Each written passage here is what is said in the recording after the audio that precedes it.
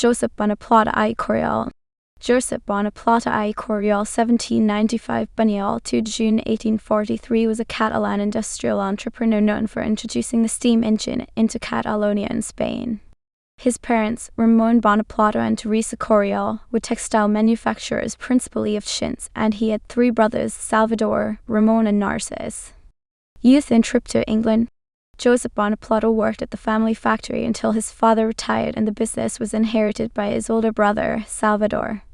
In 1828, Josep and his friend Joan Villagat then started a cotton textile factory in Salon, with mechanical looms that were hydro-powered by the Llobregat River. In 1829, in an attempt to modernize his business, he was given permission by the Spanish government to import an English steam engine. Bonaplata travelled to Britain with Bunyol and a man named Chintz to learn about the textile industry in Lancashire and to buy the necessary machinery from the Bolton and Watt manufactory in Birmingham. In London, he received authorization to import the steam engine from the Spanish ambassador Francisco C. Bermudez. Bonaplata and Corriol returned to Catalonia in July 1830, but Chintz stayed in Manchester to continue learning about the machinery, in particular Richard Roberts' self-acting spinning mule, which Bonaplata planned to produce under license. Industrial entrepreneur. On 30 September 1831, Bonaplata formed the firm Bonaplata Corriol Villagat ICIA with his three brothers, his friend Joan Villagat, and his new partner Joan Corriol. The company was capitalized with 1.600 reals. The Bonaplata factory, also known as Alveba, was in Carritolas in Barcelona's Raval neighborhood, and it had two activities. In 1832, an iron foundry was installed with a workshop for making mechanical looms, and in November 1833 the mechanical weaving and spinning manufactory opened. This was the first factory in Spain to use the steam engine to power machinery. Its value and social impact was immediately recognized, as it employed roughly 700 people, and it inspired the modernization of the economy.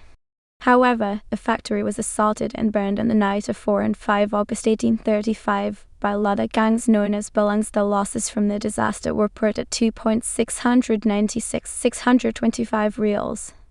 Bonaplata sued the Spanish government for failing to stop the riot. Initially, the government tried to elude responsibility, but then asked the Cortes Generales of Parliament for permission to pay a compensation. On 1 April 1837, Josep Bonaplata appeared before the courts and agreed to rebuild a new and biggest steam-powered factory to begin the modernization of Spanish industry, but the Treasury Committee decided that he must give up any compensation claims if he wanted state investment for his new venture. By this time, Bonaplata was living in a modest room in Madrid where he formed Bonaplata, Sanford YC to restart the project.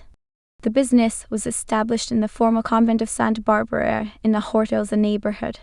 He was now 42 and still single. The business included his second iron foundry and an engineer named William Sanford.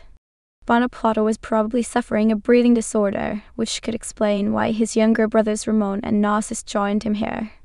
In 1839, the company name was changed to Bonaplata y Hermanos Bonaplata and Brothers, and Sanford remained as a technician.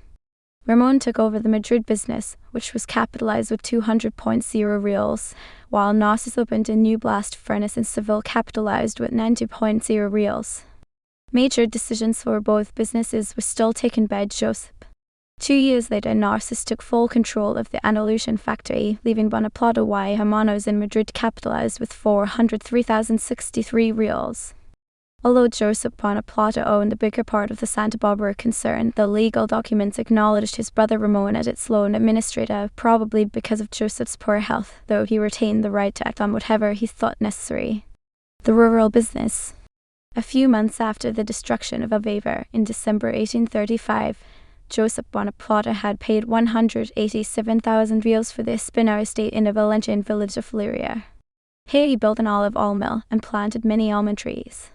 He also invested 1,190,000 reals in a project that would link the Cinca and Segura to irrigate the latter area.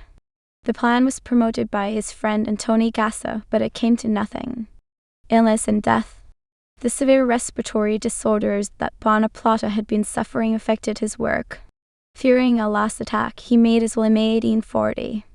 3 years later, he decided to retire at the Espinar farmhouse in Llíria. On 30 May 1843, Bonaplata handed his will to his executor and started the trip, but he suffered a fatal asthma attack on 2 June close to the nearby village of Bunyol. He was 48. He died without progeny, so the brothers were his successors. It is known that he had had an illegitimate daughter named Sophia, but she died at birth in 1840.